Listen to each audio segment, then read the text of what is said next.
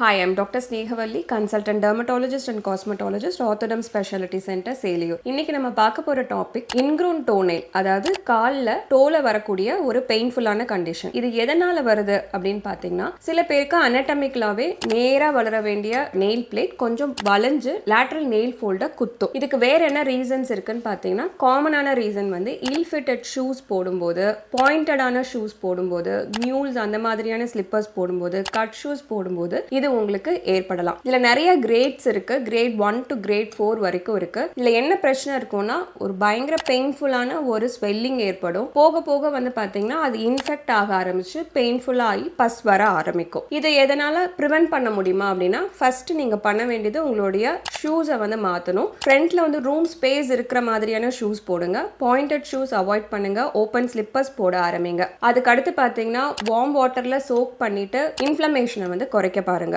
வேற என்ன home care remedies பண்ணலாம் அப்படின்னா, டென்டல் ஃப்ளாஸ் அப்படின்னு சொல்லுவோம். அதை வச்சு நெயில வந்து அந்த இதில் ஃபோல்ட் ஆகாம கொஞ்சம் எலிவேட் பண்ணி விடலாம். நெக்ஸ்ட் பார்த்தீங்கன்னா ஒரு பேண்டேட் வச்சு அந்த இன்ஃப்ளமேஷன் ஏரியாவை வந்து உங்களுக்கு ஒரு ஸ்ட்ராப்பிங் மாதிரி பண்ணி அதை வந்து நம்ம ப்ரிவென்ட் பண்ணலாம். நெக்ஸ்ட் முக்கியமான விஷயம், நெயில் கட் பண்ணும்போது எண்ட்ஸை கட் பண்ணாதீங்க, ஸ்ட்ரெயிட்டாக ட்ரிம் பண்ணுங்க, பெடிக்யூர் பண்ணாதீங்க. தேங்க்யூ.